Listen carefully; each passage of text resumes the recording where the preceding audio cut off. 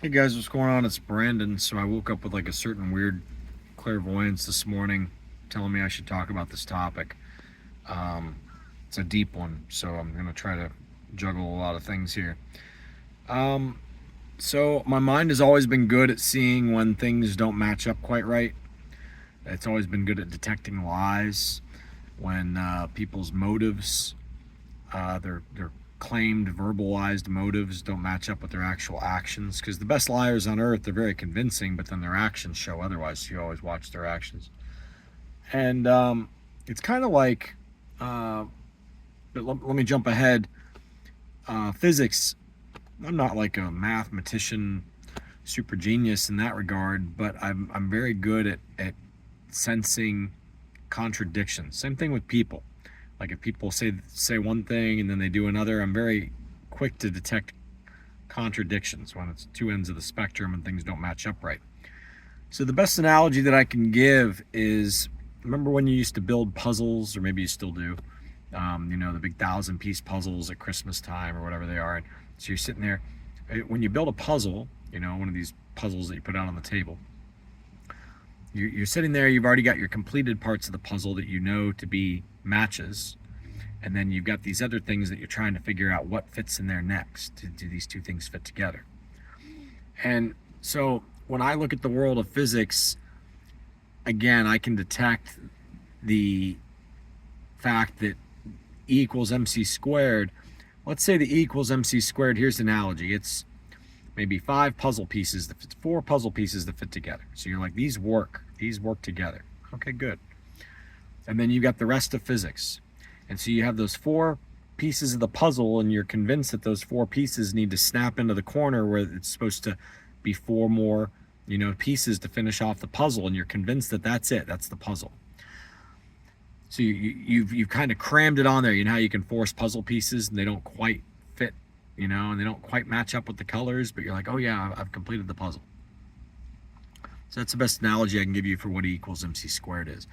When in reality, you need to take those 4 equals mc squared puzzle pieces, and they need to be encapsulated in maybe another 10 puzzle pieces, and those 10 puzzle pieces snap to that 4 corner area that you were convinced E equals mc squared had to snap into. So you're missing some stuff, to say the least. Okay, your understanding is wrong. Another analogy that I want to give you is, okay, everybody knows what a Volkswagen Beetle is, right? We all know what a Volkswagen Beetle is, who's watching this channel probably. Imagine for a second you've never seen a Volkswagen Beetle. And imagine that I'm the one explaining to you what I think that the Volkswagen Beetle is after Nikola Tesla described the Volkswagen Beetle to me. So Nikola Tesla describes the Volkswagen Beetle to me, and then I explain the Volkswagen Beetle to you, and I think that I've got it all figured out. Now imagine also that Nikola Tesla had not quite seen a Volkswagen Beetle when he first told you about it. And then let's say that once Nikola Tesla finally figured out what is a Volkswagen Beetle and really put his finger on exactly what it was, and he saw it operate and all these different things, he decided to then go dark. He started keeping secrets. This is the analogy of ether. It's very frustrating for me to have a conversation with people about ether, because you're operating on a bunch of bullshit hearsay of what ether is, and that's not accurate. Okay? And then if I say, okay, well then let's invent a new name for it, like let's call it the Byers particle then, well then people say, oh, how arrogant, that's already been invented, it's ether. No, because you guys believe that ether is a million ways to Sunday. Your definitions of what ether is completely vary. You're not consistent. So it's almost like we need a new word for the term ether, because you guys have polluted it so badly. Now, so we've covered those topics, right? Now let's continue, because we're just scratching the surface. I'm going to change gears, but you're going to see how this all connects. So last night, I'm putting up a video on Facebook about, this high rise where it's got all these trees, and the high rise spirals up so all the trees can grow, and so that's the kind of stuff when I was like in school and everything, I was like, let's solve the problems, let's make the world a better place. And if we teach people about these things, then people get competitive, because it's human nature that once you determine something is good, like this is the good direction to plant trees in your high rise, then everybody can get competitive and look what flowers I have, look what trees I have, look what shrubs I have. Oh, that's a really nice garden. And next thing you know, we humanity are making the world a better place as we compete, because it's a sign of wealth. Ooh, I've got the fancy bonsai tree from Japan. Ah, I've got this from wherever, and it's a sign of wealth because it's a sign of accomplishment based on your amazing garden, right? And everybody would have these amazing gardens. And then what's that do? It also solves the food issue, because if you're growing your own food, now the food isn't being polluted. And then you trade market day. So you have all these different things, and you say, yeah, that would make the world so much better. We should start a movement like that. Here's the issue. Here's the issue of why the greater good behind why everything is the way that it is. And it took me a long time to realize this, but I figured it out. And this also parallels the whole grand sport topic with the Corvette community and how people don't want to see the truth and how simple it is. People don't want to see the truth with physics. People don't want to see the truth with world leaders. They just want to believe, oh, the world leaders have my best interest in mind, and what they're telling me is 100% factual truth. Or people believe, oh, the world leaders are devil worshippers and they're trying to fuck up society. Neither party believes that the world leaders are operating on principles that are much more advanced than what you understand, and they can't get you to behave properly unless they trick you into behaving properly. For instance, let's say that the final puzzle pieces around E equals mc squared, an ether that link it to the rest of the physics puzzle, the larger physics puzzle that we already have figured out. Let's say that that allowed everybody to build something worse than a nuke in the blink of an eye, like very quickly, and they could assemble it in their kitchen. The world would be a pretty shitty place. Let's say that it allowed everybody to build super lasers where they could then assassinate silently, invisibly, anybody. They just chop off somebody's head. It's like a lightsaber, but with long lengths. So just, boop, dead. Imagine trying to prove crimes when all of a sudden there's these lightsaber things that don't even emit an image, or even if they do emit a light, but it's just silent. Whoop, whoop. You can kill people from a distance, no problem. You can pierce their heart with a laser gun. They're gone. You can pierce their skull with a laser gun. They're gone. Okay. Imagine if it's not even a piercing. Imagine instead of it's just a radiation gun, you sit there and point radiation at the person in concentrations, and the next thing you know, they get cancer. They don't know why they got cancer. Okay. So when you realize these things, you realize there has to be something to keep humanity occupied, something to keep humanity distracted from figuring out the real laws of physics, the final puzzle pieces, as well as keeping the population in check. Because the issue is, if the populations rise and everybody just has all this free time, the next thing you know, the world goes to shit, because then the physics gets invented, figured out, and then you have all these billions and billions of people who just share information, and kabam, it's the puzzles have been solved. You can't forget once you know, and once somebody shows you how the puzzles work and how the puzzles are solved, once it's explained to you how the magic tricks work of the politicians and the banks and all these different things to keep you spinning in circles, to keep you busy. So anyway, my whole life has been, not my whole life, but a good chunk of my life has been trying to figure out how do we, how do I become a hero and make the world a better place and go down in history as a guy who made the world a better place. So back to the beginning of this topic where it's, plants and gardens and websites that promote free trade and all these different things. But I've known for a long time that these things are against the agenda, that there's a hidden agenda, because I watch people's actions and I can see that the actions are the opposite. And you say, oh, that's just because they're trying to make money. Yeah, but the thing is, money's only worth what items exist, and if you let humanity have free time to tinker, we'd have UFOs and things that can fly and all this different stuff. We'd be able to escape our containment, no problem. Here on planet Earth, no problem. But that's just it. The world leaders, they know this. They don't want us to be able to, and it's not because they're evil assholes. It's because then all of a sudden you can meet George Jetson, you have the little beep, beep, beep, beep, beep, beep car, and you put a nuke in there, something worse than a nuke, and you say, to DC with you, and automate, shoot it to DC, and then poof, boom, blows up DC. So I've explained this in the past. I had really strong dreams. You may as well call them visions when I got in my motorcycle wreck and I was under in the hospital, I felt like I lived a whole other life where my desire to do good and prove that I was right resulted in this whole world becoming destroyed because people went into nuclear, what do you call it? Nuclear war, Cold War, nuclear war. So then once all the people went into Cold War, nuclear war, bam, everything got blown up. Total Armageddon. I was like this, it's a long story. I know it sounds crazy, but I was up on the moon and I could survive because I had been almost killed in this orb, this UFO orb thing put me back together. And I had like this synthetic body, and so I could go other places where I didn't necessarily need as much oxygen. And so, because I had this advanced technology and my body ran on this advanced technology, so I was more ready for space, we'll put it that way. So then I could go travel around space, and I went around with this orb, different places, and long story short, I ended up realizing that the flaws that I thought humanity had were just regular, they're necessary evils, if you will, of a society that to continue to exist, meaning something is better than nothing.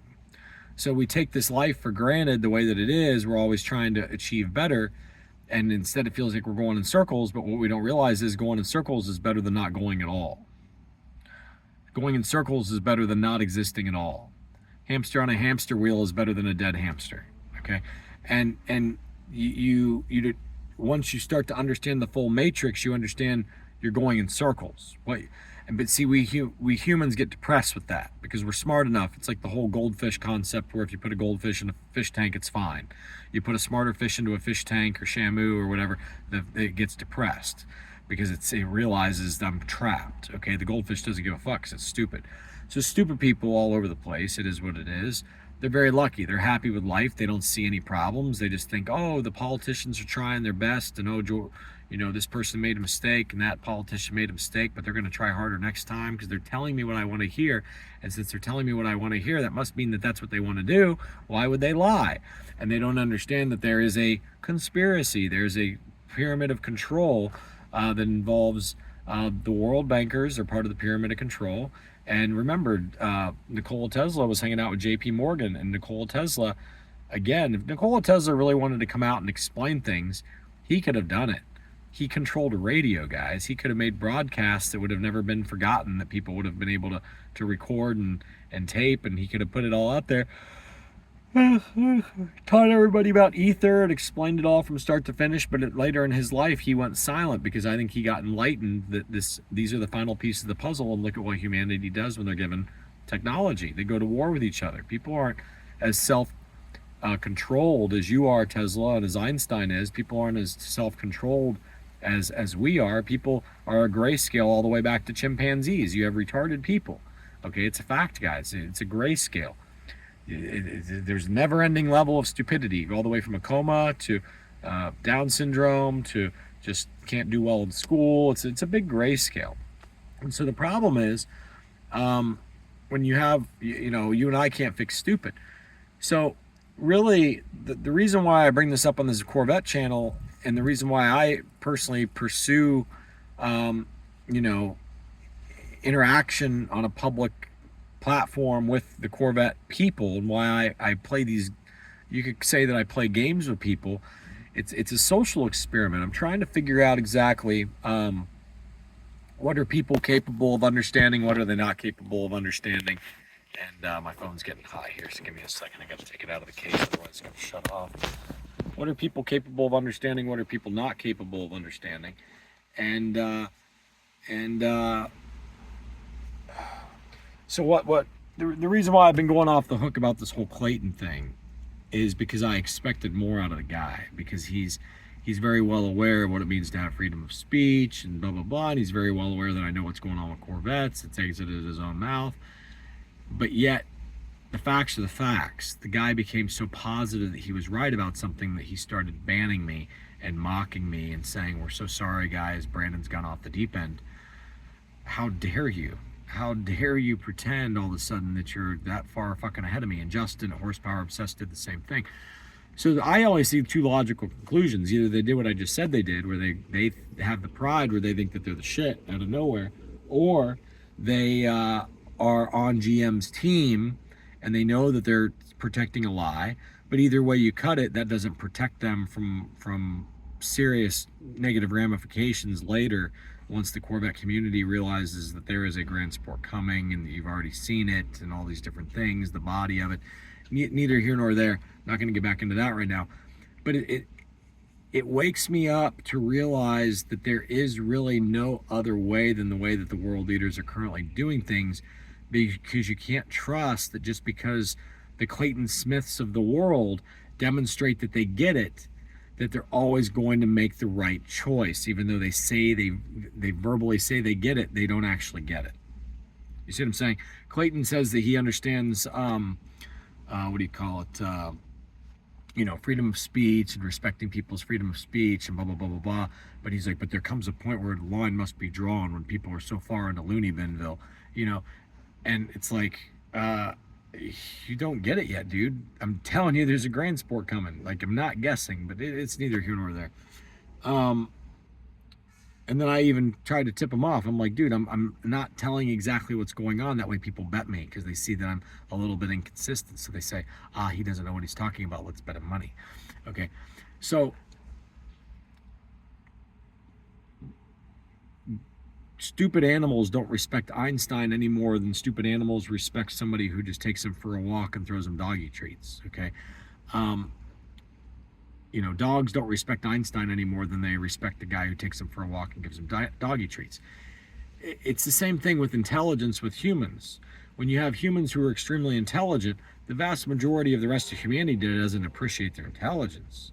The only reason why people even appreciate Einstein is because you're told to appreciate him on the TV, and people are, okay, I appreciate Einstein. Yeah, I appreciate Einstein. You don't understand that the reason why you're being taught to appreciate Einstein is so that you don't venture down any other paths, because that puzzle piece that Einstein put together, those four pieces of the puzzle, can be jammed onto the corner of the rest of the puzzle of physics, and it appears as though they fit well enough to where the regular person says the puzzle's completed.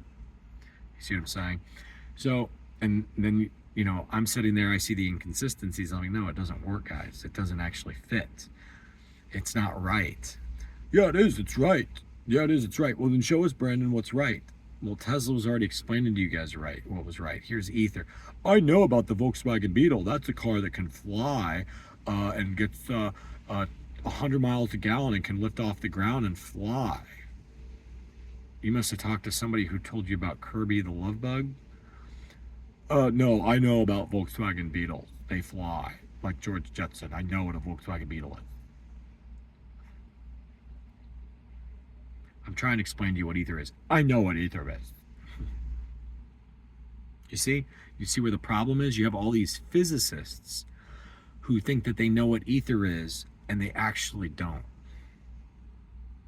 And meanwhile, the dumb motherfuckers are looking for dark matter, and ether is the dark matter.